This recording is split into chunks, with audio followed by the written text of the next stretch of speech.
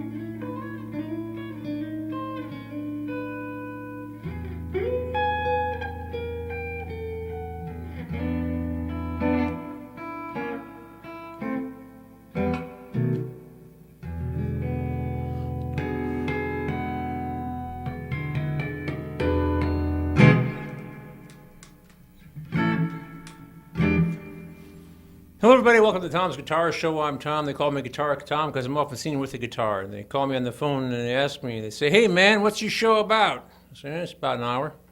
About guitars, guitar players, guitar playing, all things guitaristic. So occasionally there'll be a number flash across your screen. You can call that number, ask me a question about the care and feeding of your guitar, what kind of guitar is right for you, how to play the guitar, some related topic like the guitarron, the sitar, the guitarra, banjos, balaicas, bouzouki, bajos, sextos, mandolins, banjolins, banjoleles, ukuleles, cuatros, cavaquinhos, tiples. They always say luces, vihuelas. It all runs together after a while. Any kind of fretted thing, bass guitars, alto guitars, piccolo basses, pipe organs or piccolos, clarinets, clavinets, clavinovas, harmoniums, harpsichords or harmonicas. Trombones, trombomarinas, sack butts, crumhorns, quartholts, cornetos, I don't know. Anything that you can make music with is fine with me. Timbales or timpanis. Or canjos. Canjo is a banjo that uses a can for the resonator. It's like a homemade banjo for people who don't have any money. Politics, world events, your own personality problems, all that stuff's fine, Well, we're here for you, but keep it clean. This is a family program. Okay. And only call us if it's Tuesday. That's right. We never answer the phone on Friday. That's right, because we're not here. That's a rerun. This is live on Tuesdays. Every week, we're live on Tuesdays. So, anyway. Oops.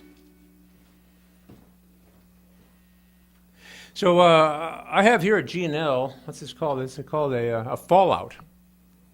And it's a long story, what a G&L Fallout is, but basically it was a Leo Fender idea from way back when, and they made them for a few years, and then they stopped making them, and then they made them again in like 2007.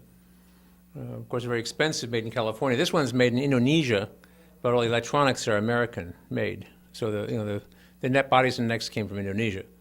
For these, and this is if you can see the color at home, it's a very, very light blue, kind of robin's egg, maybe lighter than a robin's egg actually.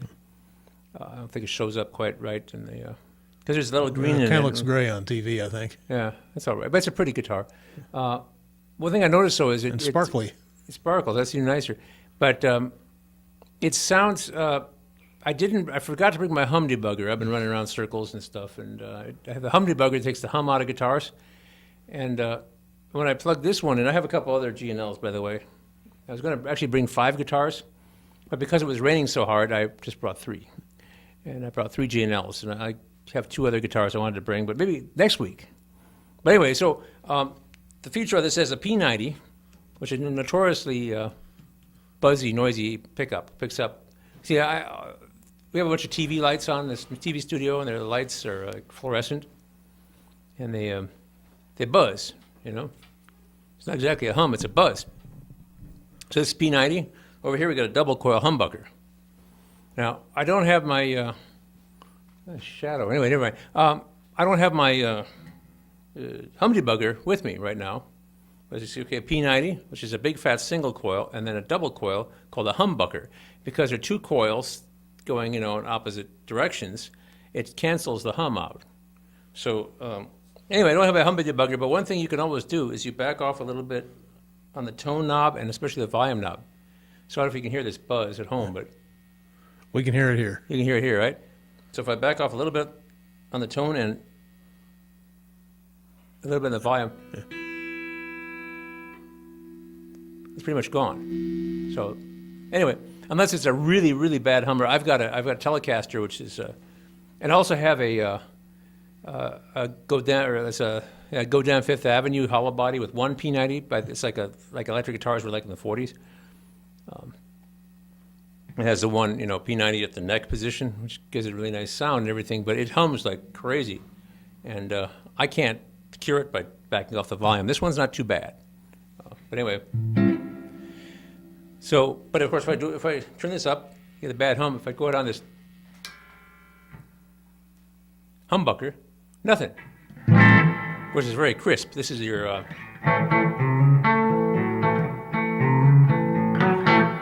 Anyway, so... All right, so I like this guitar a lot. It's kind of a cross between like a Fender Mustang and a Fender Telecaster. It's sort of in between the two, and it has this unique pickup configuration. And I'm going to bring out another one with G&L with a unique, or not so unique, pickup configuration.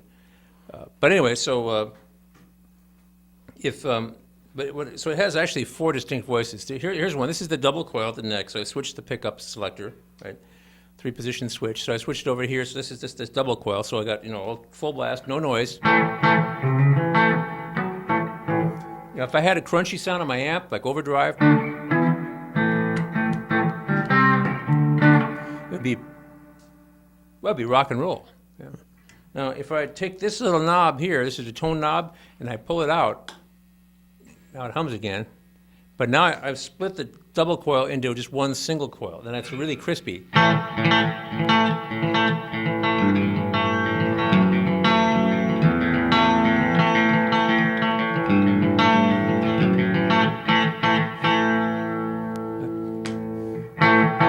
See, that's double coil. Now it's split. Okay? Very different voice. Now, of course, if you fool around with your amplifier, you can make it all crunchy. You can use these settings and you can mess with the tone. What I have here is this Vox Valvetronics little tube amp. Actually, it's solid state and tube. It has a couple tubes in it to sweeten it up, and the rest of it's solid state. Got this not long ago, used for fairly cheap. But it's a very, it's a nice, very ordinary amp. There's a little bit of reverb on there, and then the natural guitar sound. Anyway, so now I'm going to go in the second position, which is giving me this hum. So I'm going to back off the volume. Okay. This is this P90 and this double coil together. So this is voice number 3 actually, because you see the voice I had before was the single coil, double coil mode of this pickup. So this is double coil and P90 together.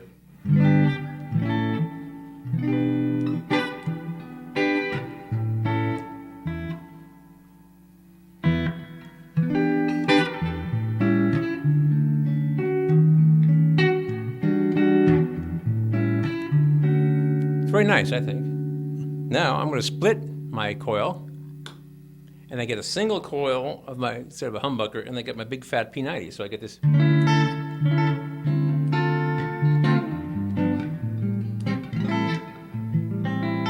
See, now if I unsplit it, split, a little bit thinner, different sound. Okay, so I kind of like this humbucker and P90 together.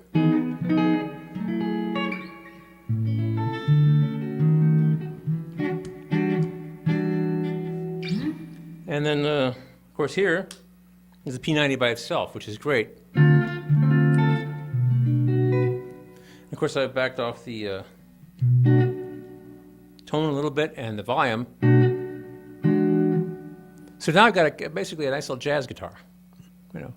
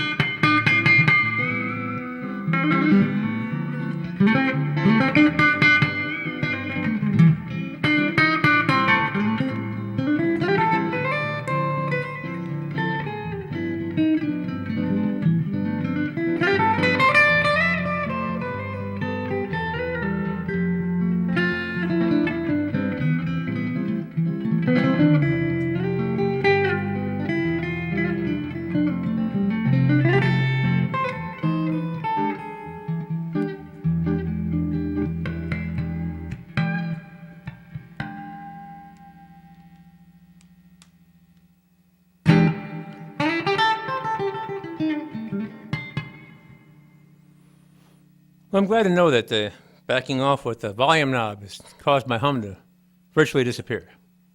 'Cause And we can still hear the guitar. that's right. Well, I didn't back out that much, just a little bit, you know. It's funny. I was trying to. I was in kind of a hurry, you know, to get here, of course, and because I was out running around doing things, and I was actually in a doctor's office earlier. I just nothing serious or anything like that. I just had a routine thing, and Just old age. well, just a little problem with my foot. I know it's not a long story. It's fine. Everything's fine. But I had to wait there for an hour because things were. I thought I was a little late. You know, I got there about 8 minutes after my appointment was started, but then I waited till an hour and 8 minutes after my appointment was supposed to start, and that's when I finally got in. But they had the music playing in the lobby the whole time, and it was bad, man. A couple of things I've noticed. I mean, I don't know why anybody would want to listen to this stuff, and I'm trying to be broad-minded, you know. But also, none of the men's voices on this were below a very high tenor. Everybody had a very high voice, except for the women had low voices. In fact, they're about the same range as the men's voices. I was thinking, you know, I'd never had what it takes to be a pop musician, and as a singer, of course, I'm a bass, you know, I'm just never going to make it, you know. And then the music was very much computer generated. There wasn't a whole lot of reality going on there. And the guy was, you know, this one guy was singing, you know, and his voice was auto-tuned. And his kind of diction was when he was focusing back here, you see. Because you can change the places where you vocal, you know, you can whoa, whoa. I took opera, actually, lessons a long time ago. And one woman, the teacher told me that I should pretend you're swallowing a hard-boiled egg whole. Go, whoa. Whoa, like that. So whoa, like that, you know.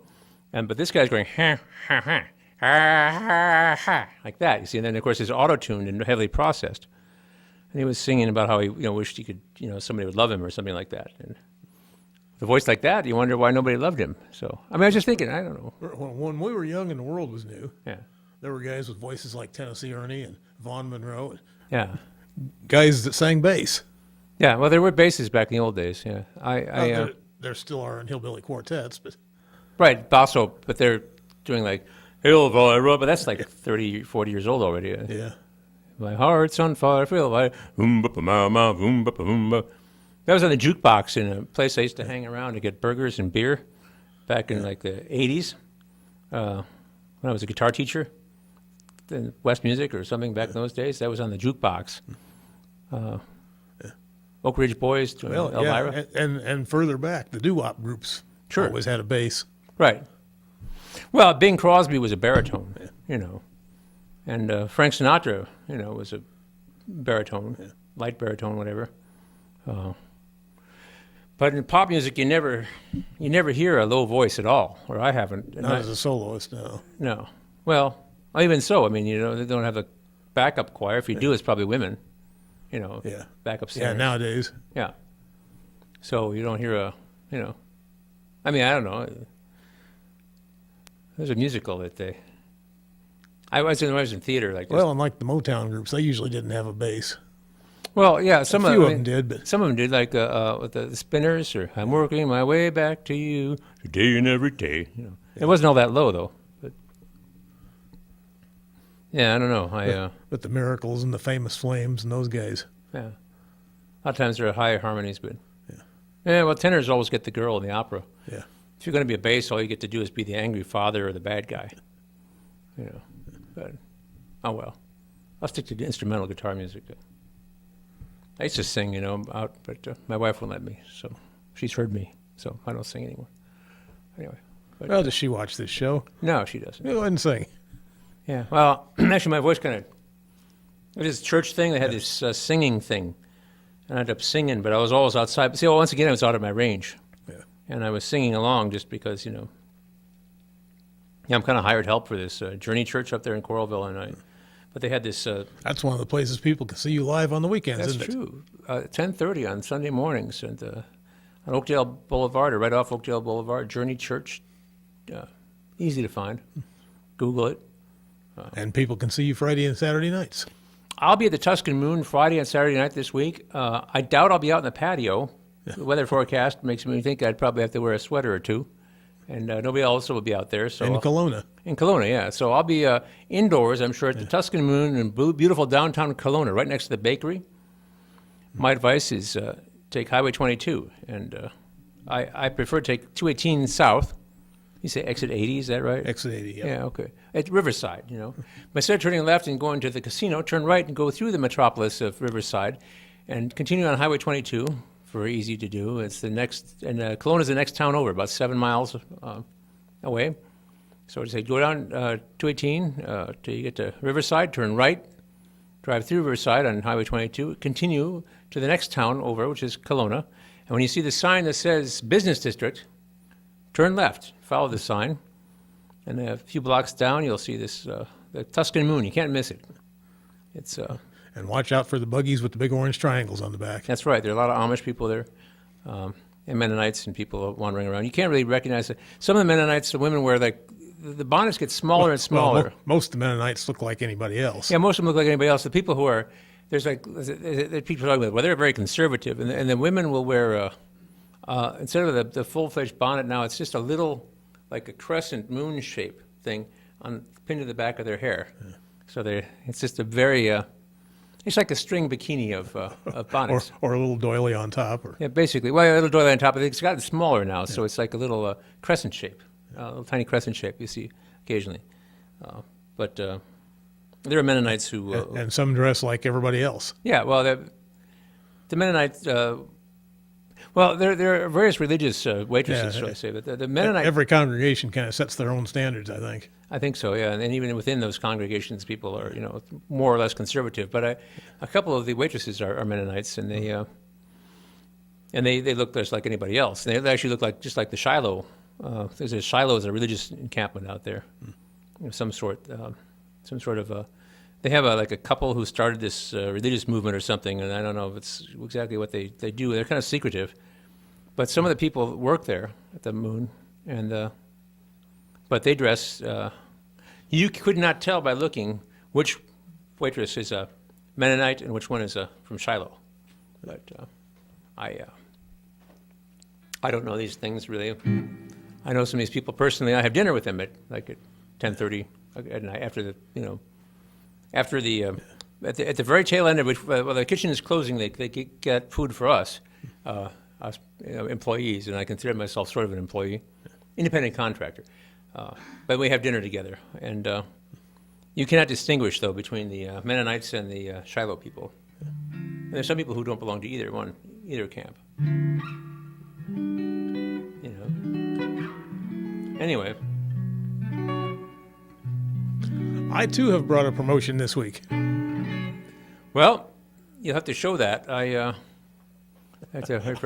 waited until our staff was way away from his machine. Yeah, Brian's going to do it for us. I guess Brian's going to do the directing for us today because... Mr. Skabinski is off tonight. He went south. To get your face in it. Yeah. I guess we're ready when you are, sir. Oh, okay, good. You heard me? Yeah. Hit the button. We're good. Okay. This will be a... Where do you go south to? I think he went to Tennessee. I think he's, yeah. Well, we play this video. I'm going to fool around with this. I'm going to switch guitars.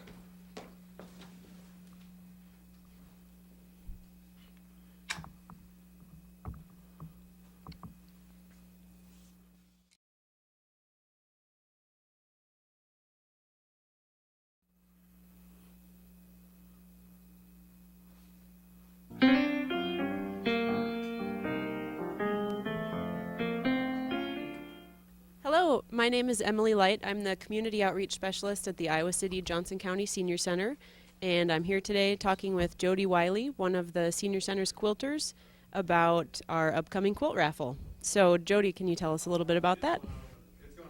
Yeah. Tickets for this quilt go on sale October 1st through the 14th.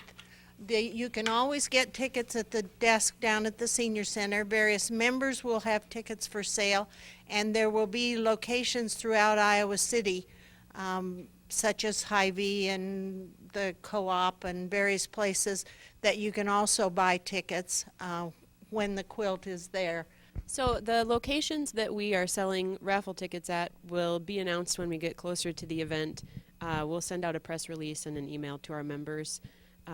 But you can always buy tickets at the Senior Center and look to buy tickets from our individual quilters if you know one of them. The tickets cost $1 a piece or 6 for $5. This is the group that worked on this quilt. I'll ask them to say their names.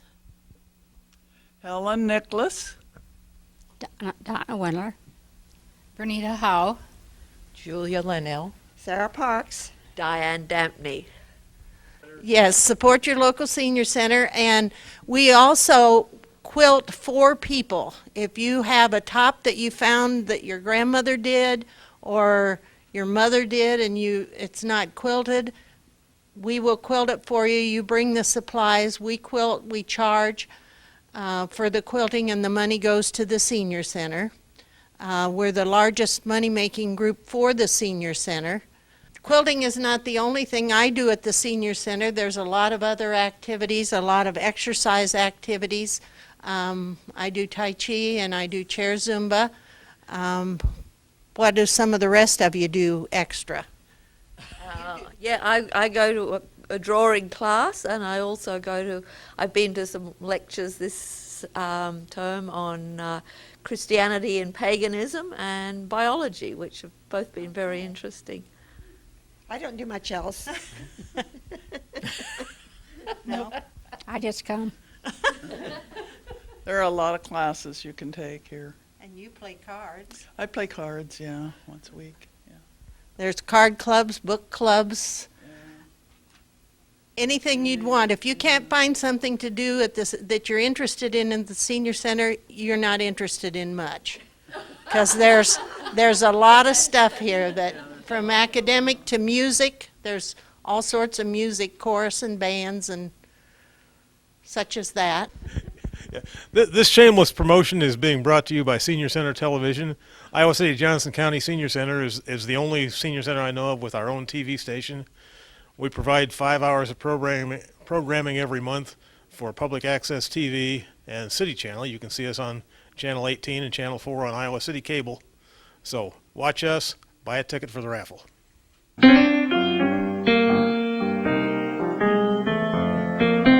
Oh, it's hard to be a television star.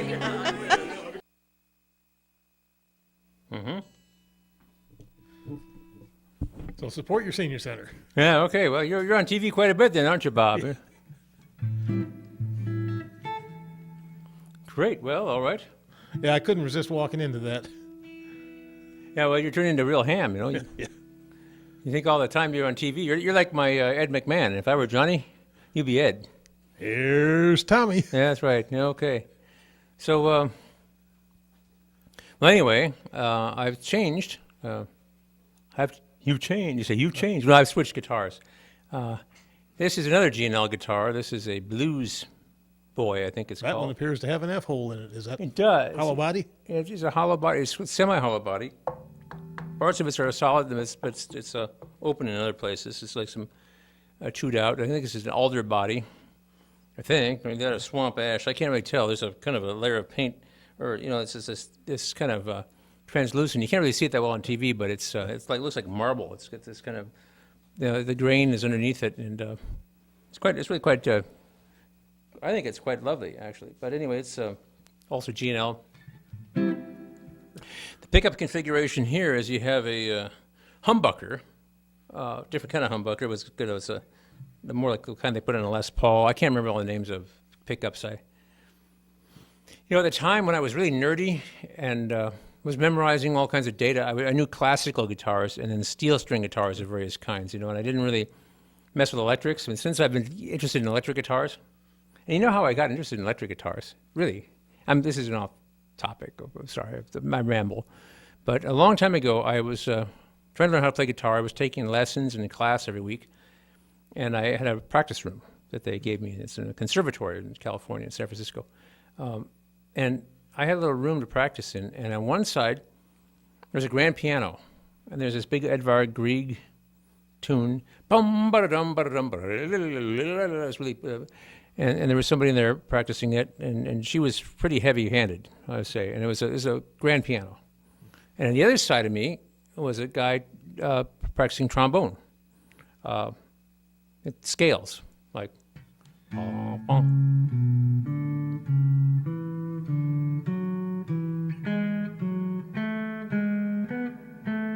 And then what happened,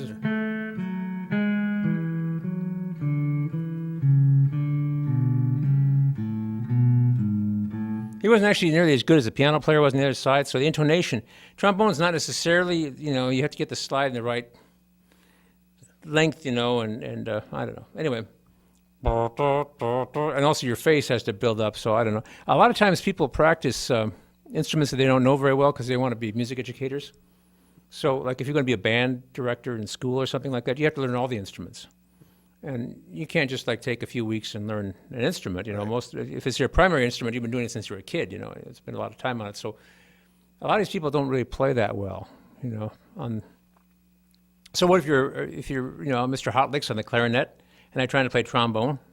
Well, anyway, okay, all I'm saying was, I had these things on either side of me where assigned a practice room. The walls were brick, and brick walls conduct sound very well.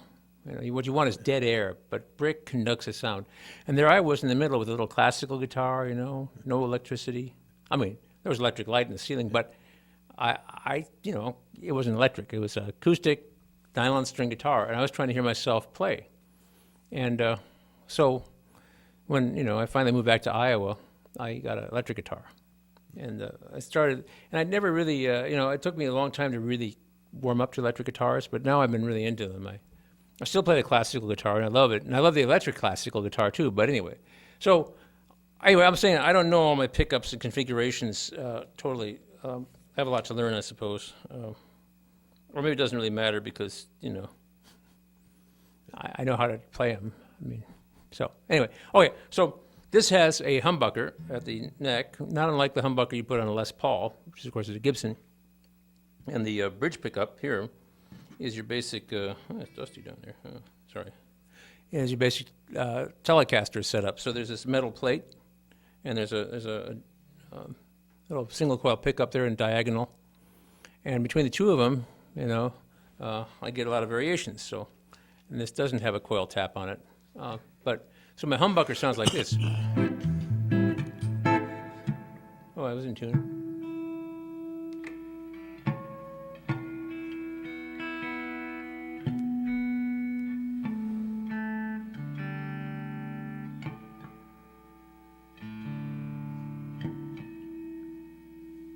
Close enough for jazz.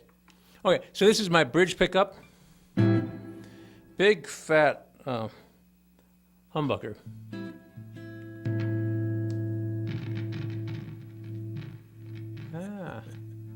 There's dust in my volume knob, my volume pot. A little oxidation on it, maybe. Yeah, but if I twist it a few times, it's better. I love this guitar, but I don't play it very often. I got too many guitars to play. Had it hanging on the wall, and I just got it down for this show. Played it a little bit last night. But there's no hum. Now, if I do this second position switch, I get the single coil and the double coil. There's a little bit of noise, but not much.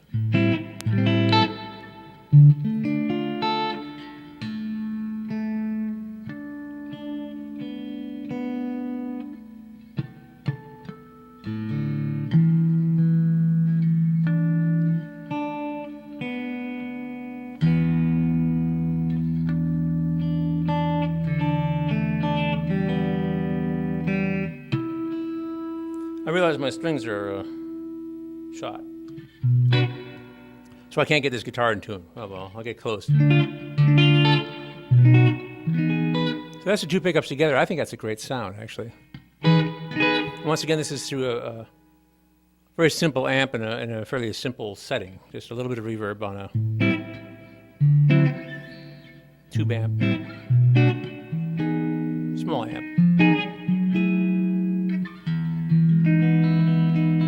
Yawning again. Oh no.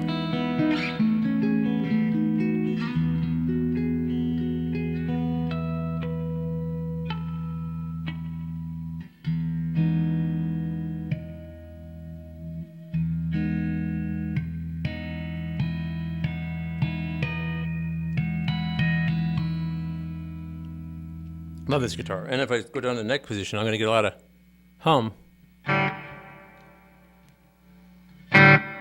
But this is very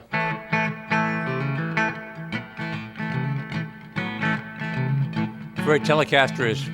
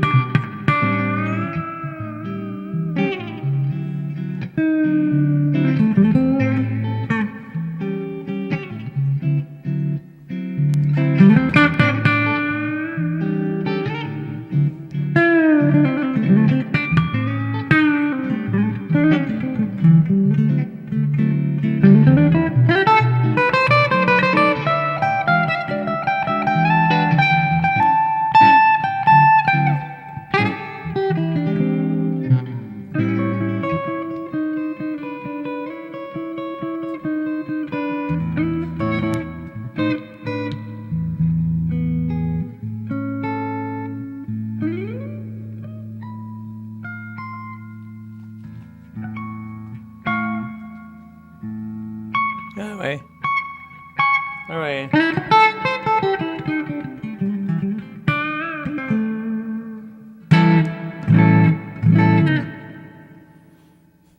Anyway, I really like this guitar. I've had it for quite some time now, but it's another Indonesian-made G&L with the American pickups. I think they put them together in the U.S. Putting together an electric guitar, though, isn't that hard to do once you get all the components, because it's a screwdriver and a solder iron, But even I can probably do it. But anyway, so it's a semi-hollow body, basically patterned after the Fender Thin Line, which is a hollow body or semi-hollow body Telecaster. Now, the thing about let's change guitars while I babble incoherently. The thing about G&L was, I've probably mentioned this in the show before, but Leo Fender, the story I heard was in 1965 or so, he thought he was going to die of something. He was sick, and then he got better. But while he was sick and I think he was going to make it, he ended up selling his company. And I don't know if that part of the story is true. A lot of stuff that I've learned isn't true. I know enough to know that a lot of stuff I think I know isn't true. But I do know that he did sell his company to CBS, a big electronics company. It actually has broadcasting, and they made radios and everything. Sold his company to CBS. And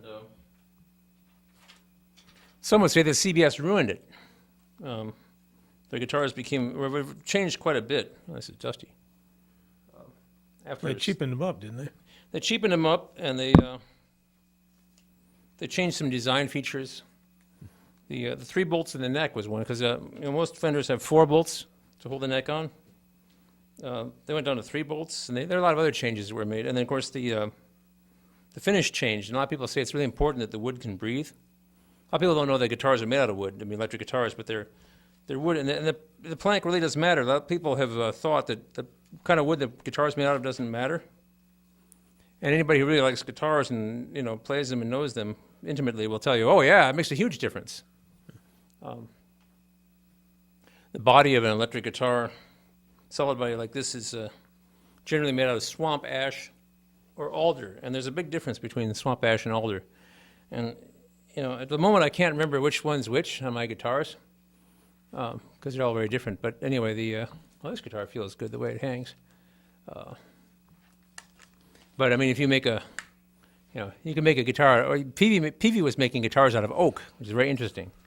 One thing you notice about an oak guitar is it's extremely heavy, and after a while, you notice.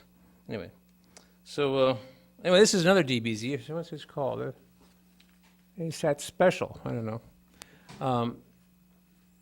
So there's also people wonder what ASAT almost same as Telecasters, what they think it means, but actually ASAT was a missile, and Leo Fender liked the missiles, and he had Telecaster and Stratocaster. And he liked things up in space, because these things,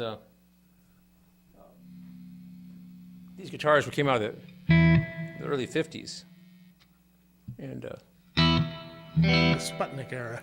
yeah, before Sputnik even. But they had wasn't Van Allen? Didn't he have his balloons? He got Army surplus, weather balloons, and he put things up in the air, way up, and to sense the Van Allen belts, the radiation belts around the Earth and stuff like that. That was I don't know if balloons got high enough to detect that or not. I guess I don't really know how he detected them. well, he was using balloons early on. My son's taking a lot of physics courses at the university, but he doesn't care about history, so who knows? It's all about what's going to happen next. But anyway, okay. So, but Leo Fender the ASAT, is supposed to be a ASAT missile or whatever. But anyway, so Leo Fender, after he left Fender, I think he worked with or started Music Man, which had a lot of Fender-like things. They looked like Fenders, but they were a little different. That was his design. And then he left Music Man, and he started G&L with a guy named George something, and I can't remember George's last name. He died not that many years ago. I remember reading about him. But George and Leo, G&L, George and Leo. So that was another company. It's kind of smaller, made fewer guitars. And designed things differently. Just kept creating. So G&L is Fender's company. Leo Fender's been dead for a while. He lived a long time and he died. And George died, but G&L is still, manufacturing guitars, and they're great guitars. I have only one American-made one. It's an older one. I've had it in the show a few times. Telecaster, very very ordinary Telecaster, but very well made. But this is another Indonesian one with American electronics. This has two P90s, and a lot of these things, a lot of these guitars are actually Leo Fender's designs. That some of them they built for a little while, like in the early '80s or even the '70s, and some of them are they reissued them. Some of them they've been building all along, and some of them are just like designs that he put into a file cabinet somewhere. They've been fishing these out, so there are new G&Ls, Leo Fender's designs. Of course, I suppose people who work there have been tweaking them, but anyway. All right, I love this guitar too. This is two P90s. P90s are really noisy, but I'm in the middle position, so I have both of them on at once. So if I go to one, if you can hear that at home, you can hear it here. Huh? Yep. Yeah. So, and then this one, but the two of them together cancel each other out, which is why two P90s is better than one. Well, you get a nice tone with one. That's the neck position. There's a bridge. The two together.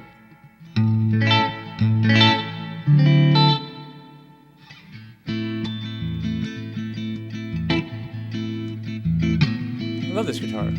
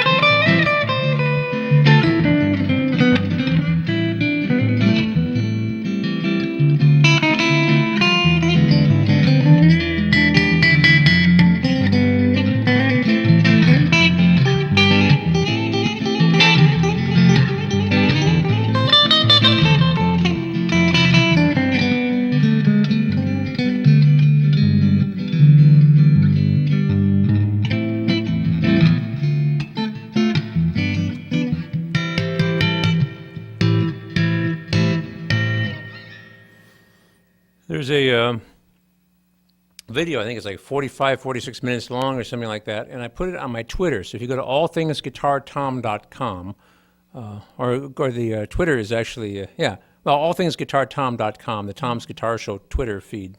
Just go to allthingsguitartom.com, and where it says Twitter, you get out of my Twitter.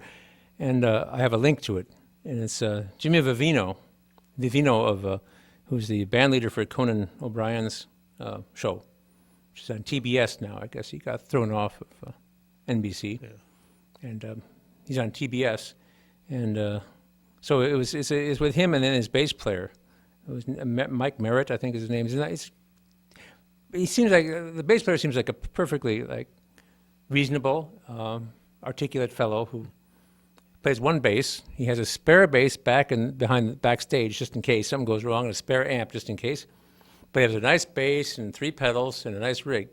Jimmy, on the other hand, the guitar player, the band leader, has a whole bunch of guitars. And if you ever watched Conan's show, and I haven't really watched him since he was on NBC, but he goes every time they have a station break, and every time you see the band, Jimmy Vivino is playing a different guitar, and he's got all these great electric guitars, and they play all kinds of different music. And anyway, so it's like most of this show is Jimmy Vivino's guitar collection. He gets more and more excited as he goes. He shows the one he has on stage with him, and then he goes on and he plays and shows the ones in the back room. There's a whole big guitar rack. So basically, he's like me, only worse, and has a bigger budget, evidently. So he has all kinds of things. Also, guitars signed by famous people and guitars that used to belong. The one that the Twilight Zone, like.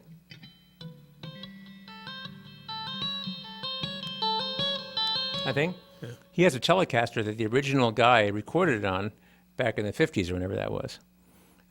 So I mean, I recommend going to it. I actually was going to try to get my wife to watch it because I think she could understand me better, but she probably understands well enough as it is. She probably thinks she knows too much about you now. Probably. But it's very interesting. I thought it was very interesting. Of course, I would like a thing like that, you know. It's like your guitar porn thing because he's got all these different guitars and it's... Anyway, I would go. I would watch it. I'll watch it again probably. It's a YouTube video. It's it's just his gear thing, you know, and he shows all his different pedals and how he sets things up, and talks about how the guitar's been modified, and you know, some of them are like a brand new Mexican, like Fender Jaguar or whatever, brand new, and some of them are very old and collectible and everything like that, and some he loves them, you know. He says, and the way he gets more and more excited as the evening or as the interview goes on. So anyway, he's being interviewed, but he does most of the talking. The woman with the microphone basically just holds it because he's getting more and more excited. Because sometimes I guess interviewers have to ask a lot of leading questions, but he didn't need any help to start talking about guitars. So I mean, I think he and I suffer from the same affliction. Guitar acquisition syndrome. So, and he said something toward the end. He said, "You know, we've all lost a few guitars along the way, you know, but it's better to think about the ones you have now than worry about the ones you lost." You know? Sounds reasonable. It does. But I'll say that I always something you'll never get back, he said. And I'd say I had these 2 Guild guitars, and they're. Like I mentioned this a couple weeks ago on the show, I found out where I can get them. They reissued them. They're making them in Connecticut, and they made some of them, but they closed that factory. They're going to make another. They're opening another factory somewhere. They're going to build these, but apparently these are just as good as they ever were. And they were big jumbo body acoustic guitars. And I had the 6-string and the 12-string, an F512 Blonde, which is a big spruce maple, just huge acoustic guitar, and then the 12-string version, which had Indian rosewood sides and back, and. Beautiful 12-string and 6-string mother of pearl inlay up and down the ebony fingerboard. Just Is that the wood somebody got in trouble for importing? you have to get Gibson did, but you have to get the right ebony. Some ebony is not endangered, so if you get it from Madagascar, you're in trouble. Anyway, it's like eagle feathers or something. You can do time for that. Anyway, so I found out where you can get them. One is a little under $3,000 if you get the deal, on the online, and the other one is a bit over $3,000. I can't. Not in your budget today? No. I mean, one of these things is like 400 and something for an Indonesian and American cooperation on a Telecaster. That's 400 and something. Yeah. And the guy lets me pay it off, so you know, I'll be out of debt, you know. By sometime in November, I'll be out of debt unless I incur some more debt, which I wouldn't doubt, but it's, you know.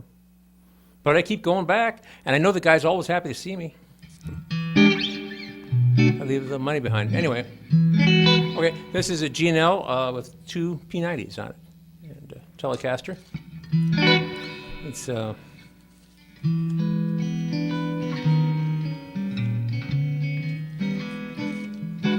3 minutes. Wow, man. Well, yeah, you know, I think I might do. I love this guitar, but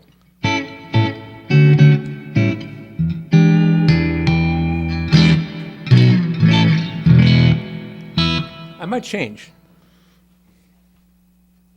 I want to go back to the original Robin's Egg Fallout.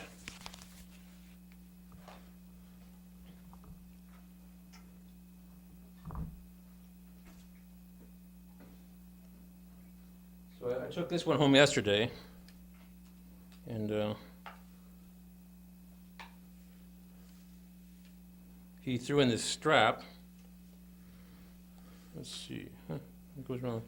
Wasting time. What have I done? Well, I'm going to restrap it. I'm wasting time now because there's like 2 minutes left in the show, and the Tom's Guitar Show theme's about a minute long. So I'll just. And he threw in this yin yang strap, which I don't know who belonged to it before, but it's mine now. Anyway, so